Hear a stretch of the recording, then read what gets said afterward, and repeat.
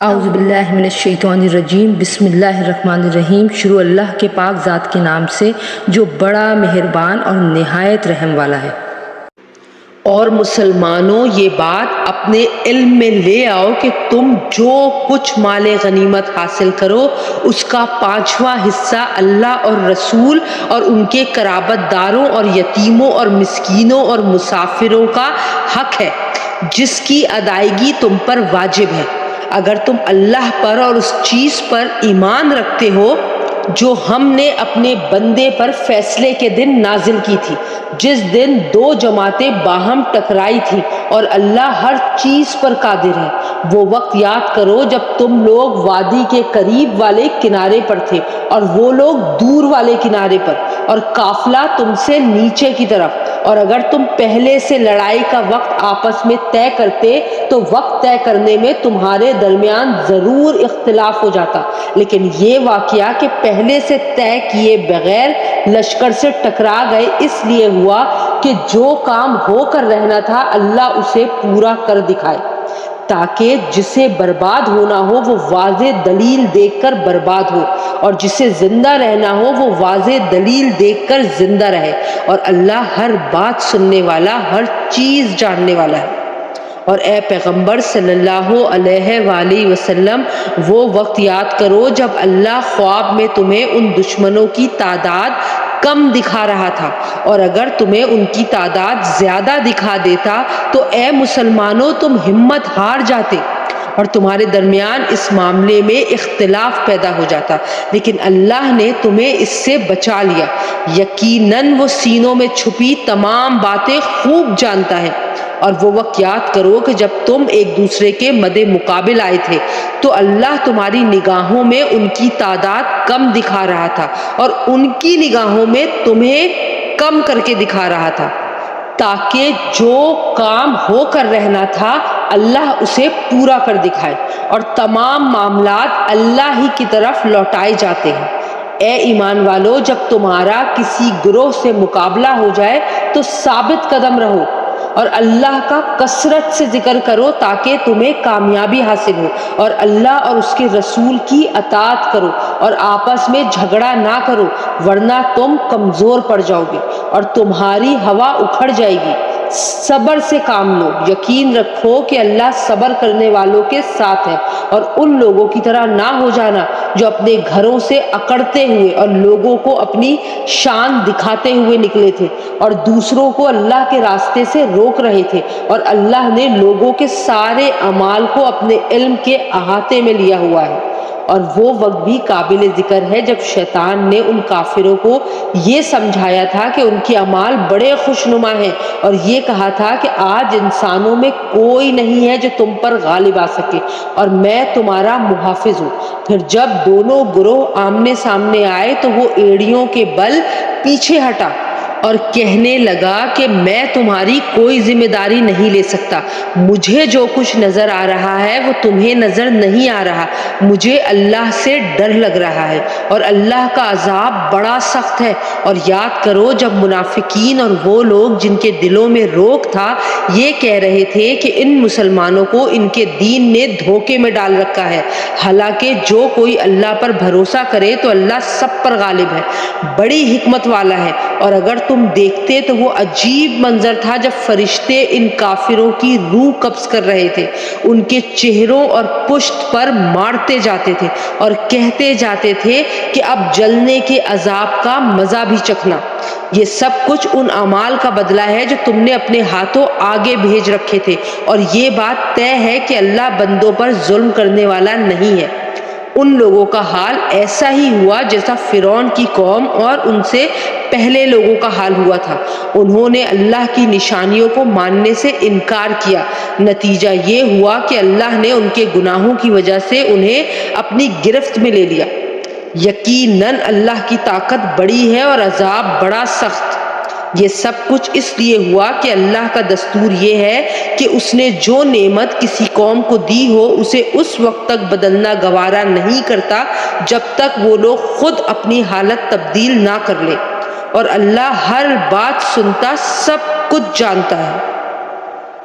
اس معاملے میں بھی ان کا حال ایسا ہی ہوا جیسا فرعون کی قوم اور ان سے پہلے لوگوں کا حال ہوا تھا۔ انہوں نے اپنے رب کی نشانیوں کو جھٹلایا، نتیجہ یہ ہوا کہ ہم نے ان کے گناہوں کی وجہ سے انہیں ہلاک کر دیا اور فرعون کی قوم کو غرق کر دیا، اور یہ سب ظالم لوگ تھے۔ یقین جانو کہ اللہ کے نزدیک زمین پر چلنے والے جانداروں میں بدترین لوگ وہ ہیں جنہوں نے کفر کو اپنا لیا ہے، جس کی وجہ سے وہ ایمان نہیں لاتے۔ یہ لوگ وہ ہیں جن سے تم نے عہد لے رکھا ہے، اس کے باوجود یہ ہر مرتبہ اپنے عہد کو توڑ دیتے ہیں اور ذرا نہیں ڈرتے۔ لہٰذا اگر کبھی یہ لوگ جنگ میں تمہارے ہاتھ لگ جائیں تو ان کو سامان عبرت بنا کے ان لوگوں کو بھی تتر بتر کر ڈالو جو ان کے پیچھے ہیں، تاکہ وہ یاد رکھیں۔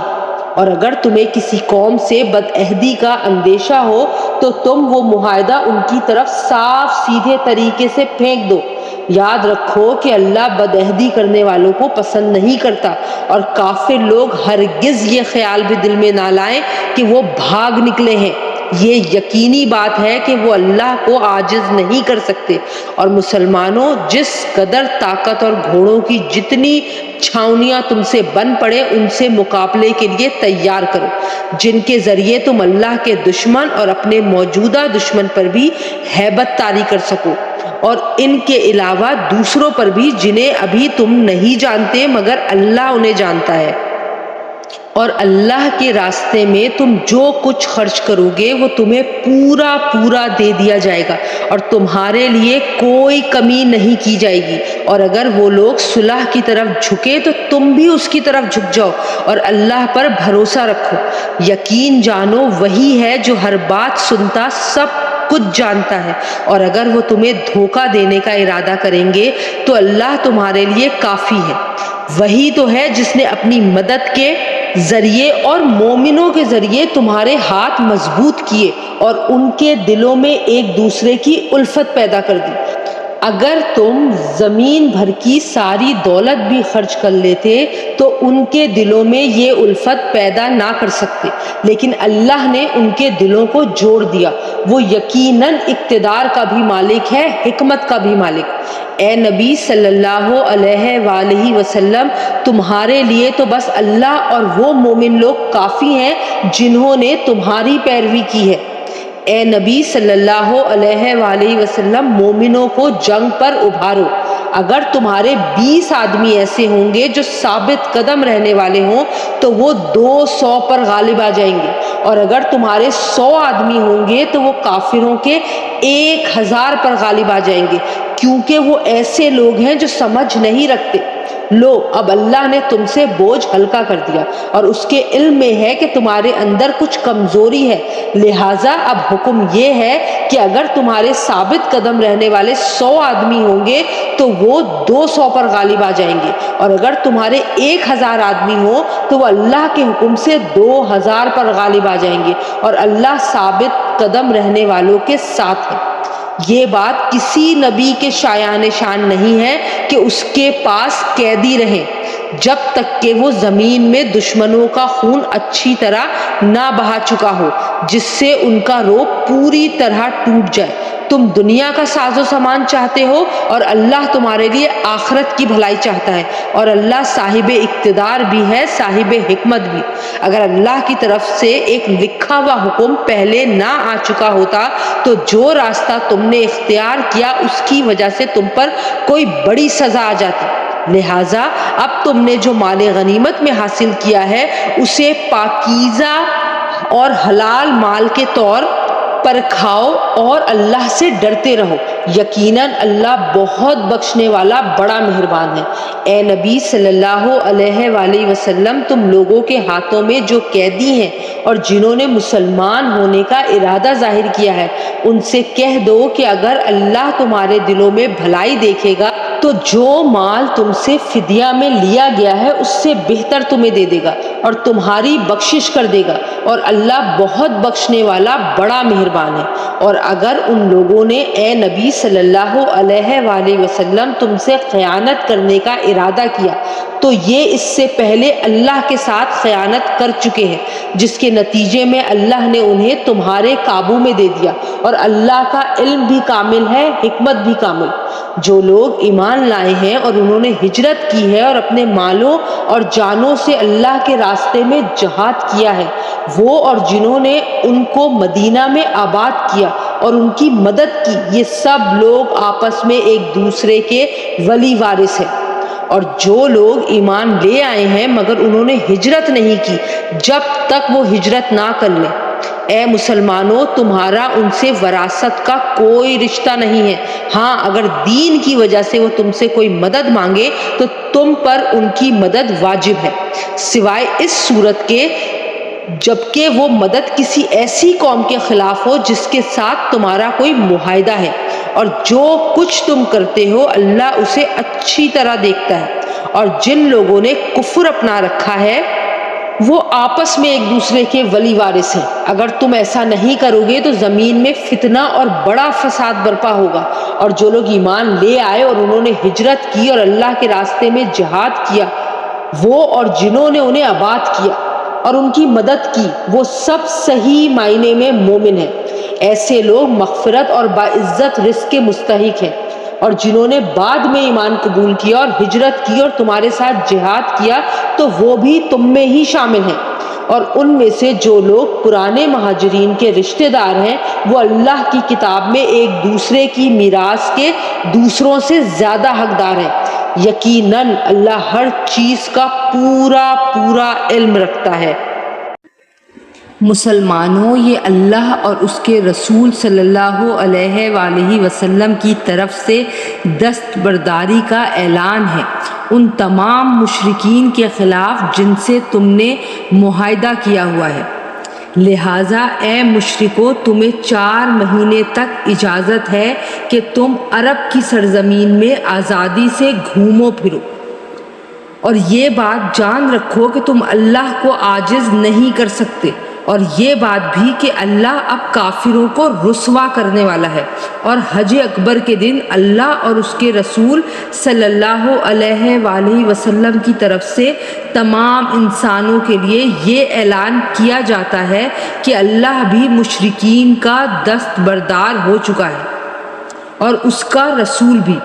اب اے مشرکو، اگر تم توبہ کر لو تو یہ تمہارے حق میں بہت بہتر ہوگا، اور اگر تم نے اب بھی منہ موڑے رکھا تو یاد رکھو کہ تم اللہ کو عاجز نہیں کر سکتے، اور تمام کافروں کو ایک دکھ دینے والے عذاب کی خوشخبری سنا دو۔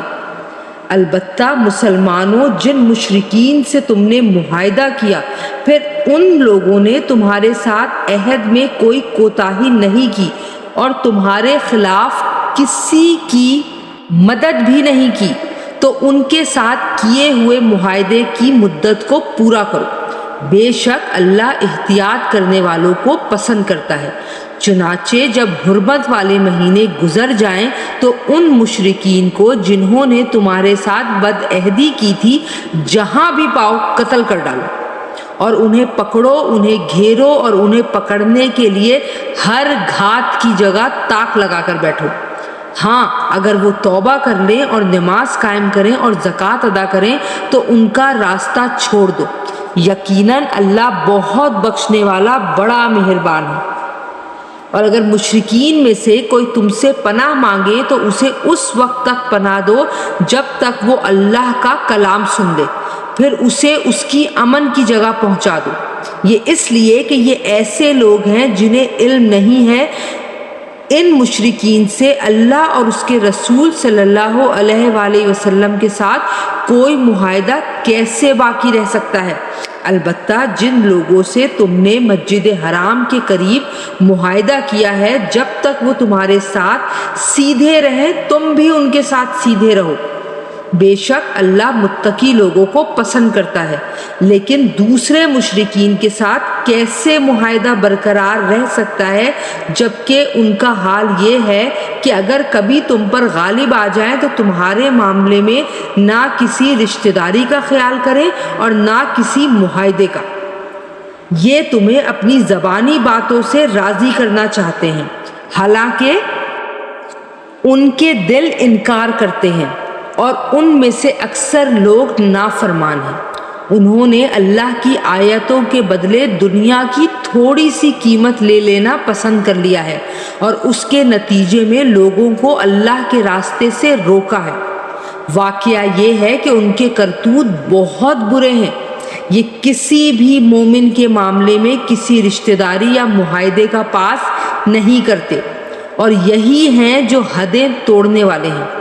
لہٰذا اگر یہ توبہ کر لیں اور نماز قائم کریں اور زکوٰۃ ادا کریں تو یہ تمہارے دینی بھائی بن جائیں گے۔ اور ہم احکام کی یہ تفصیل ان لوگوں کے لیے بیان کر رہے ہیں جو جاننا چاہیں، اور اگر ان لوگوں نے اپنا عہد دے دینے کے بعد اپنی قسمیں توڑ ڈالی ہوں اور تمہارے دین کو تانے دیے ہوں تو ایسے کفر کے سربراہوں سے اس نیت سے جنگ کرو کہ وہ باز آ جائیں، کیونکہ یہ ایسے لوگ ہیں کہ ان کی قسموں کی کوئی حقیقت نہیں ہے۔ کیا تم ان لوگوں سے جنگ نہیں کرو گے جنہوں نے اپنی قسموں کو توڑا اور رسول صلی اللہ علیہ وآلہ وسلم کو وطن سے نکالنے کا ارادہ کیا، اور وہی ہیں جنہوں نے تمہارے خلاف چھیڑ چھاڑ کرنے میں پہل کی؟ کیا تم ان سے ڈرتے ہو؟ اگر ایسا ہے تو اللہ اس بات کا زیادہ حق رکھتا ہے کہ تم اس سے ڈرو اگر تم مومن ہو۔ ان سے جنگ کرو تاکہ اللہ تمہارے ہاتھوں سے ان کو سزا دلوائے اور انہیں رسوا کرے، ان کے خلاف تمہاری مدد کرے اور مومنوں کے دل ٹھنڈے کر دے اور ان کے دل کی کڑھن دور کر دے، اور اللہ جس کی چاہے توبہ قبول کر لیتا ہے، اور اللہ کا علم بھی کامل ہے، حکمت بھی کامل۔ بھلا کیا تم نے یہ سمجھ رکھا ہے کہ تمہیں یوں ہی چھوڑ دیا جائے گا؟ حالانکہ ابھی اللہ نے یہ تو دیکھا ہی نہیں کہ تم میں سے کون لوگ جہاد کرتے ہیں اور اللہ اور اس کے رسول صلی اللہ علیہ وآلہ وسلم اور مومنوں کے سوا کسی اور کو خصوصی رازدار نہیں بناتے، اور تم جو کچھ کرتے ہو اللہ اس سے پوری طرح باخبر ہے۔ مشرکین اس بات کے اہل نہیں ہیں کہ وہ اللہ کی مسجدوں کو آباد کریں، حالانکہ وہ خود اپنے کفر کے گواہ بنے ہوئے ہیں۔ ان لوگوں کے تو اعمال ہی غارت ہو چکے ہیں اور دوزخ ہی میں ان کو ہمیشہ ہمیشہ رہنا ہے۔ اللہ کی مسجدوں کو تو وہی لوگ آباد کرتے ہیں جو اللہ اور یوم آخرت پر ایمان لائے ہوں اور نماز قائم کریں اور زکوٰۃ ادا کریں اور اللہ کے سوا کسی سے نہ ڈریں۔ ایسے ہی لوگوں سے یہ توقع ہو سکتی ہے کہ وہ صحیح راستہ اختیار کرنے والوں میں شامل ہوں گے۔ کیا تم لوگوں نے حاجیوں کو پانی پلانے اور مسجد حرام کے آباد رکھنے کو اس شخص کے اعمال کے برابر سمجھ رکھا ہے جو اللہ اور یوم آخرت پر ایمان لایا ہے اور جس نے اللہ کے راستے میں جہاد کیا ہے؟ اللہ کے نزدیک یہ سب برابر نہیں ہو سکتے، اور اللہ ظالم لوگوں کو منزل مقصود تک نہیں پہنچاتا۔ جو لوگ ایمان لے آئے ہیں اور انہوں نے اللہ کے راستے میں ہجرت کی ہے اور اپنے مال اور اپنی جانوں سے جہاد کیا ہے، وہ اللہ کے نزدیک درجے میں کہیں زیادہ ہیں،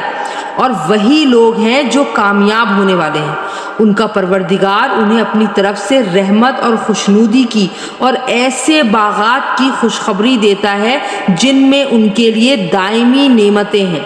وہ ان میں ہمیشہ رہیں گے۔ یقیناً اللہ ہی ہے جس کے پاس عظمت والا اجر موجود ہے۔ اے ایمان والو، اگر تمہارے باپ بھائی کفر کو ایمان کے مقابلے میں ترجیح دیں تو ان کو اپنا سرپرست نہ بناؤ، اور جو لوگ ان کو سرپرست بنائیں گے وہ ظالم ہوں گے۔ اے پیغمبر صلی اللہ علیہ وآلہ وسلم، مسلمانوں سے کہہ دو کہ اگر تمہارے باپ، تمہارے بیٹے، تمہارے بھائی، تمہاری بیویاں اور تمہارا خاندان، اور وہ مال و دولت جو تم نے کمایا ہے، اور وہ کاروبار جس کے مندہ ہونے کا تمہیں اندیشہ ہے، اور وہ رہائشی مکان جو تمہیں پسند ہے، تمہیں اللہ اور اس کے رسول سے اور اس کے راستے میں جہاد کرنے سے زیادہ محبوب ہے، تو انتظار کرو یہاں تک کہ اللہ اپنا فیصلہ صادر فرما دے، اور اللہ نافرمان لوگوں کو منزل تک نہیں پہنچاتا۔ حقیقت یہ ہے کہ اللہ تعالیٰ نے تمہاری بہت سے مقامات پر مدد کی ہے، اور خاص طور پر حنین کے دن جب تمہاری تعداد کی کثرت نے تمہیں مگن کر دیا تھا، مگر وہ کثرت تعداد تمہارے کچھ کام نہ آئی اور زمین اپنی ساری وسعتوں کے باوجود تم پر تنگ ہو گئی۔ پھر تم نے پیٹھ دکھا کر میدان سے رخ موڑ لیا۔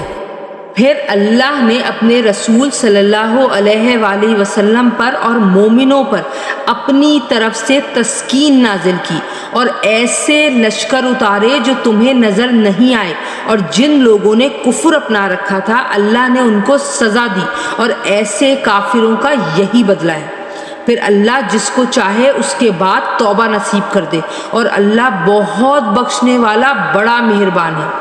اے ایمان والو، مشرک لوگ تو سراپا ناپاکی ہیں، لہٰذا وہ اس سال کے بعد مسجد حرام کے قریب بھی نہ آنے پائیں۔ اور مسلمانوں، اگر تم کو مفلسی کا اندیشہ ہو تو اگر اللہ چاہے گا تو تمہیں اپنے فضل سے مشرکین سے بے نیاز کر دے گا۔ بے شک اللہ کا علم بھی کامل ہے، حکمت بھی کامل۔ وہ اہل کتاب جو نہ اللہ پر ایمان رکھتے ہیں نہ یوم آخرت پر، اور جو اللہ اور اس کے رسول صلی اللہ علیہ وآلہ وسلم کی حرام کی ہوئی چیزوں کو حرام نہیں سمجھتے اور نہ دین حق کو اپنا دین مانتے ہیں، ان سے جنگ کرو یہاں تک کہ وہ خوار ہو کر اپنے ہاتھ سے جزیہ ادا کرے۔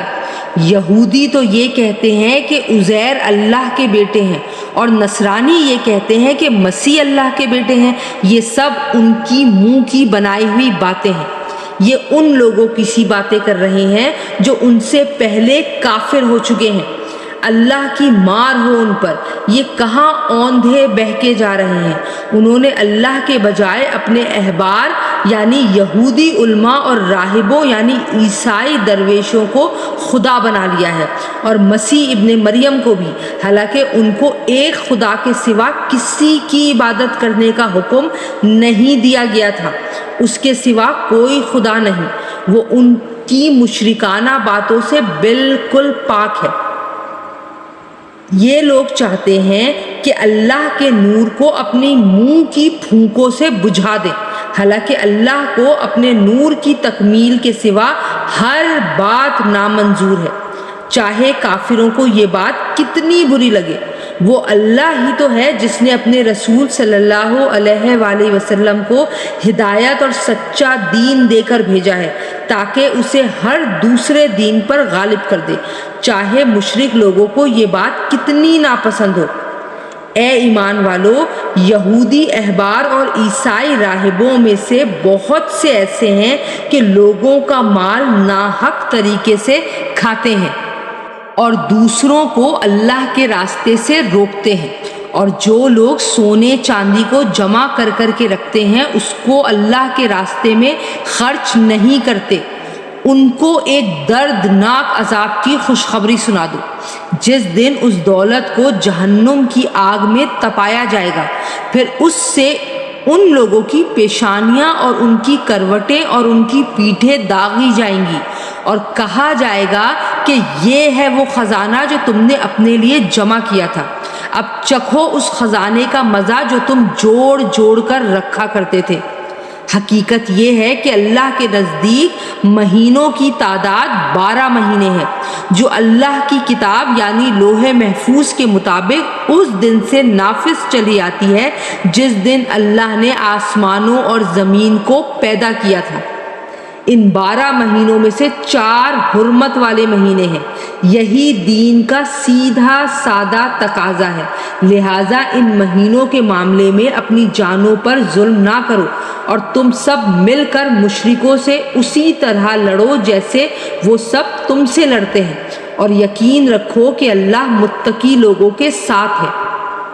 اور یہ نسائی یعنی مہینوں کو آگے پیچھے کر دینا تو کفر میں ایک مزید اضافہ ہے جس کے ذریعے کافروں کو گمراہ کیا جاتا ہے۔ یہ لوگ اس عمل کو 1 سال حلال کر لیتے ہیں اور 1 سال حرام قرار دے دیتے ہیں، تاکہ اللہ نے جو مہینے حرام کیے ہیں ان کی بس گنتی پوری کر لیں، اور اس طرح جو بات اللہ نے حرام قرار دی تھی اسے حلال سمجھ لیں۔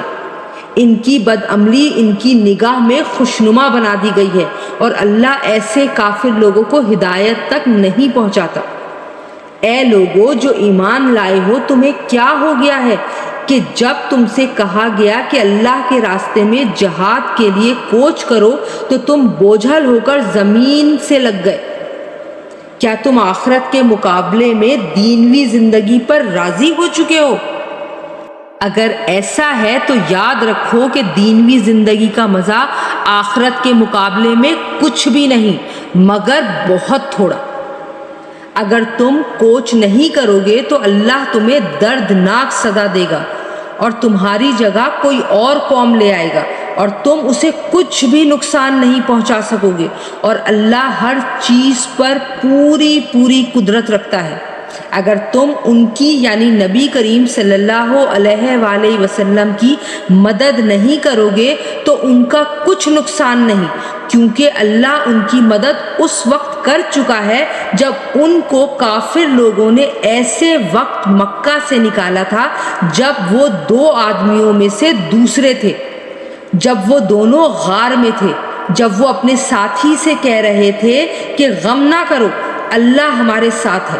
چنانچہ اللہ نے ان پر اپنی طرف سے تسکین نازل فرمائی اور ان کی ایسے لشکروں سے مدد کی جو تمہیں نظر نہیں آئے، اور کافر لوگوں کا بول نیچا کر دکھایا، اور بول تو اللہ ہی کا بالا ہے، اور اللہ اقتدار کا بھی مالک ہے، حکمت کا بھی مالک۔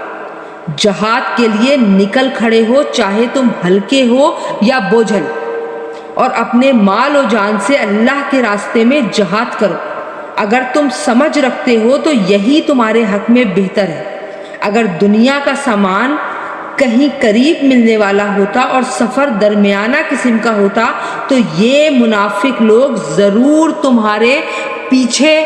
ہو لیتے، لیکن یہ کٹھن فاصلہ ان کے لیے بہت دور پڑ گیا، اور اب یہ اللہ کی قسمیں کھائیں گے کہ اگر ہم میں استطاعت ہوتی تو ہم ضرور آپ کے ساتھ نکل جاتے۔ یہ لوگ اپنی جانوں کو ہلاک کر رہے ہیں اور اللہ خوب جانتا ہے کہ یہ جھوٹے ہیں۔ اے پیغمبر صلی اللہ علیہ وآلہ وسلم، اللہ نے تمہیں معاف کر دیا ہے، مگر تم نے ان کو جہاد میں شریک نہ ہونے کی اجازت اس سے پہلے ہی کیوں دے دی کہ تم پر یہ بات کھل جاتی کہ کون ہے جنہوں نے سچ بولا ہے اور تم جھوٹوں کو بھی اچھی طرح جان لیتے۔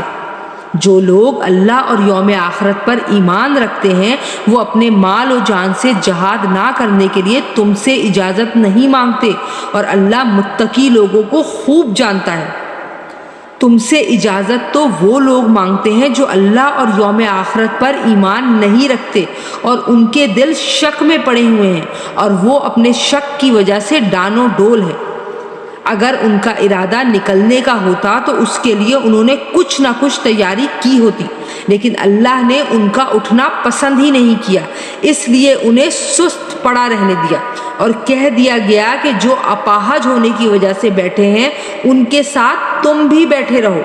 اگر یہ لوگ تمہارے ساتھ نکل کھڑے ہوتے تو سوائے فساد پھیلانے کے تمہارے درمیان کوئی اور اضافہ نہ کرتے، اور تمہارے لیے فتنہ پیدا کرنے کی کوشش میں تمہاری صفوں کے درمیان دوڑے دوڑے پھرتے، اور خود تمہارے درمیان ایسے لوگ موجود ہیں جو ان کی مطلب کی باتیں خوب سنتے ہیں، اور اللہ ان ظالموں کو اچھی طرح جانتا ہے۔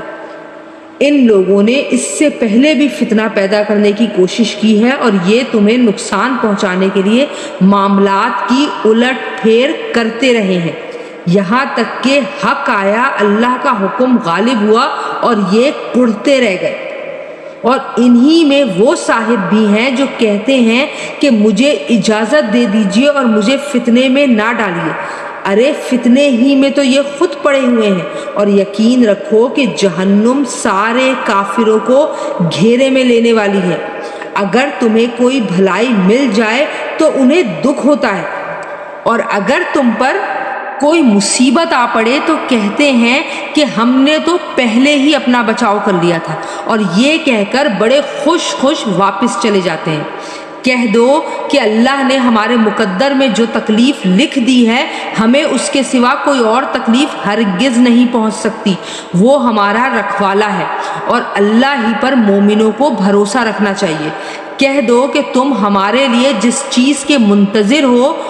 وہ اس کے سوا اور کیا ہے کہ آخر کار دو بھلائیوں میں سے ایک نہ ایک بھلائی ہمیں ملے، اور ہمیں تمہارے بارے میں انتظار اس کا ہے کہ اللہ تمہیں اپنی طرف سے یا ہمارے ہاتھوں سزا دے۔ بس اب انتظار کرو، ہم بھی تمہارے ساتھ منتظر ہیں۔ کہہ دو کہ تم اپنا مال چاہے خوشی خوشی چندے میں دو یا بددلی سے دو، وہ تم سے ہرگز قبول نہیں کیا جائے گا۔ تم ایسے لوگ ہو جو مسلسل نافرمانی کرتے رہے ہو، اور ان کے چند قبول کیے جانے میں رکاوٹ کی کوئی اور وجہ اس کے سوا نہیں ہے کہ انہوں نے اللہ اور اس کے رسول کے ساتھ کفر کا معاملہ کیا ہے، اور یہ نماز میں آتے ہیں تو کسمساتے ہوئے آتے ہیں، اور کسی نیکی میں خرچ کرتے ہیں تو برا مانتے ہوئے خرچ کرتے ہیں۔ تمہیں ان کے مال اور اولاد کی کثرت سے تعجب نہیں ہونا چاہیے، اللہ تو یہ چاہتا ہے کہ انہی چیزوں سے ان کو دینوی زندگی میں عذاب دے اور ان کی جان بھی کفر ہی کی حالت میں نکلے۔ یہ اللہ کی قسمیں کھا کر کہتے ہیں کہ وہ تم میں سے ہیں، حالانکہ وہ تم میں سے نہیں ہیں بلکہ وہ ڈرپوک لوگ ہیں۔ اگر ان کو کوئی پناہ گاہ مل جاتی یا کسی قسم کے غار مل جاتے یا گھس بیٹھنے کی اور کوئی جگہ تو یہ بے لگام بھاگ کر ادھر ہی کا رخ کر لیتے۔ اور انہی منافقین میں وہ بھی ہیں جو صدقات کی تقسیم کے بارے میں آپ کو طعنہ دیتے ہیں، چنانچہ اگر انہیں صدقات میں سے ان کی مرضی کے مطابق دے دیا جائے تو یہ راضی ہو جاتے ہیں، اور اگر ان میں سے انہیں نہ دیا جائے تو ذرا سی دیر میں ناراض ہو جاتے ہیں۔ جو کچھ بھی انہیں اللہ اور اس کے رسول نے دے دیا تھا کیا اچھا ہوتا کہ یہ اس پر راضی رہتے اور یہ کہتے کہ اللہ ہمارے لیے کافی ہے، آئندہ اللہ اپنے فضل سے ہمیں نوازے گا اور اس کا رسول بھی، ہم تو اللہ ہی سے لو لگائے ہوئے ہیں۔ صدقات تو دراصل حق ہے فقیروں کا، مسکینوں کا اور ان اہلکاروں کا جو صدقات کی وصولی پر مقرر ہوتے ہیں، اور ان کا جن کی دلداری مقصود ہے، نیز انہیں غلاموں کو آزاد کرنے میں اور قرض داروں کے قرضے ادا کرنے میں اور اللہ کے راستے میں اور مسافروں کی مدد میں خرچ کیا جائے۔ یہ ایک فریضہ ہے اللہ کی طرف سے، اور اللہ علم کا بھی مالک ہے، حکمت کا بھی مالک۔ اور انہی منافقین میں وہ لوگ بھی ہیں جو نبی کو دکھ پہنچاتے ہیں اور ان کے بارے میں یہ کہتے ہیں کہ وہ تو سراپا کان ہے۔ کہہ دو کہ وہ کان ہے اس چیز کے لیے جو تمہارے لیے بھلائی ہے، وہ اللہ پر ایمان رکھتے ہیں اور مومنوں کی بات کا یقین کرتے ہیں، اور تم میں سے جو ظاہری طور پر ایمان لے آئے ہیں ان کے لیے وہ رحمت کا معاملہ کرنے والے ہیں، اور جو لوگ اللہ کے رسول صلی اللہ علیہ وآلہ وسلم کو دکھ پہنچاتے ہیں ان کے لیے دکھ دینے والا عذاب تیار ہے۔ مسلمانوں، یہ لوگ تمہارے سامنے اللہ کی قسمیں اس لیے کھاتے ہیں تاکہ تمہیں راضی کریں، حالانکہ اگر یہ واقعی مومن ہو تو اللہ اور اس کے رسول صلی اللہ علیہ وآلہ وسلم اس بات کے زیادہ مستحق ہیں کہ یہ ان کو راضی کریں۔ کیا انہیں یہ معلوم نہیں کہ جو شخص اللہ اور اس کے رسول صلی اللہ علیہ وآلہ وسلم سے ٹکر لے تو یہ بات طے ہے کہ اس کے لیے دوزخ کی آگ ہے جس میں وہ ہمیشہ رہے گا، یہ بڑی بھاری رسوائی ہے۔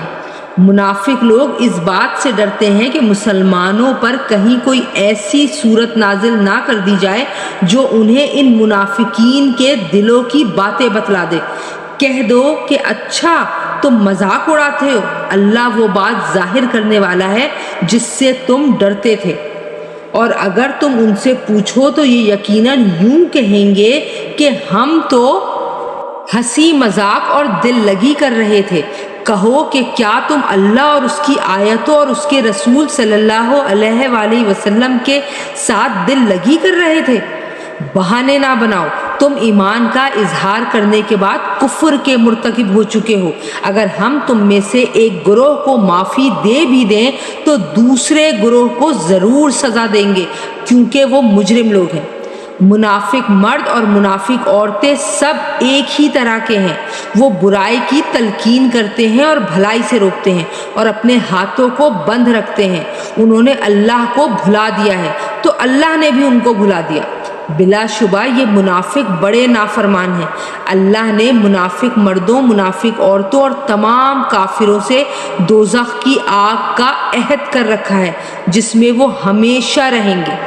وہی ان کو راس آئے گی۔ اللہ نے ان پر پھٹکار ڈال دی ہے اور ان کے لیے اٹل عذاب ہے۔ منافقوں، تم انہی لوگوں کی طرح ہو جو تم سے پہلے ہو گزرے ہیں۔ وہ طاقت میں تم سے مضبوط تر اور مال اور اولاد میں تم سے کہیں زیادہ تھے، چنانچہ انہوں نے اپنے حصے کے مزے اڑا لیے، پھر تم نے اسی طرح اپنے حصے کے مزے اڑائے جیسے تم سے پہلے لوگوں نے اپنے حصے کے مزے اڑائے تھے، اور تم بھی ویسی ہی بیہودہ باتوں میں پڑے ہو جیسے وہ پڑے تھے۔ یہ وہ لوگ تھے جن کے اعمال دنیا اور آخرت میں غارت ہو گئے، اور یہی وہ لوگ تھے جنہوں نے خسارے کا سودا کیا۔ کیا ان منافقوں کو ان لوگوں کی خبر نہیں پہنچی جو ان سے پہلے گزرے ہیں؟ نوح علیہ السلام کی قوم اور عاد و سمود کی قوم اور ابراہیم کی قوم، مدین کے باشندے اور وہ بستیاں جنہیں الٹ ڈالا گیا، ان سب کے پاس ان کے رسول روشن دلائل لے کر آئے تھے۔ پھر اللہ ایسا نہیں تھا کہ ان پر ظلم کرتا، لیکن یہ خود اپنی جانوں پر ظلم ڈھاتے رہے۔ اور مومن مرد اور مومن عورتیں آپس میں ایک دوسرے کے مددگار ہیں، وہ نیکی کی تلقین کرتے ہیں اور برائی سے روکتے ہیں اور نماز قائم کرتے ہیں اور زکوٰۃ ادا کرتے ہیں، اور اللہ اور اس کے رسول صلی اللہ علیہ وآلہ وسلم کی فرما برداری کرتے ہیں۔ یہ ایسے لوگ ہیں جن کو اللہ اپنی رحمت سے نوازے گا۔ یقیناً اللہ اقتدار کا بھی مالک ہے، حکمت کا بھی مالک۔ اللہ نے مومن مردوں اور مومن عورتوں سے وعدہ کیا ہے ان باغات کا جن کے نیچے نہریں بہتی ہوں گی، جن میں وہ ہمیشہ رہیں گے، اور ان پاکیزہ مکانات کا جو سدا بہار باغات میں ہوں گے۔ اور اللہ کی طرف سے خوشنودی تو سب سے بڑی چیز ہے جو جنت والوں کو نصیب ہوگی، یہی تو زبردست کامیابی ہے۔ اے نبی صلی اللہ علیہ وآلہ وسلم، کافروں اور منافقوں سے جہاد کرو اور ان پر سختی کرو،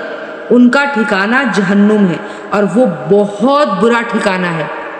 یہ لوگ اللہ کی قسمیں کھا جاتے ہیں کہ انہوں نے فلاں بات نہیں کی، حالانکہ انہوں نے کفر کی بات کہی ہے، اور اپنے اسلام لانے کے بعد انہوں نے کفر اختیار کیا ہے۔ انہوں نے وہ کام کرنے کا ارادہ کر لیا تھا جس میں یہ کامیابی حاصل نہ کر سکے، اور انہوں نے صرف اس بات کا بدلہ دیا کہ اللہ اور اس کے رسول صلی اللہ علیہ وآلہ وسلم نے انہیں اپنے فضل سے مالدار بنا دیا ہے۔ اب اگر یہ توبہ کر لیں تو ان کے حق میں بہتر ہوگا، اور اگر یہ منہ موڑیں گے تو اللہ ان کو دنیا اور آخرت میں دردناک عذاب دے گا، اور روئے زمین پر ان کا نہ کوئی یار ہوگا اور نہ مددگار۔